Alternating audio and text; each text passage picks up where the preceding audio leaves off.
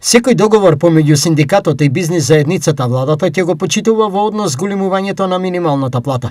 Доколку тоа не се случи и договор не се постигне, минималецот ќе се зголеми согласно законот, изјави денеска заменик министерот за економија Маријан Ристевски, отколку потврди дека на 22 декември седница ќе има економско-социјалниот совет. Ние имаме постојан закон за пресметување на минимални плати, така да поравнувањето треба да се случи до крајот на март, 31 март наредната 2026 година. Меѓутоа, ние сме отворени и транспарентни секогаш како влада и Министерство за економија и труд да ги послушаме и синдикатите и работодавачите. Доколку важи она што е предложено пред синдикатите и работодавачите, доколку се договорат за промена на постојаната формула, се договорат за повисока плата, ние како влада тоа ќе го испочитуваме. Се додека не се договорат, ние имаме закон кој што мораме да го почитуваме и некаде према тој закон, према пресметките оние кои ќе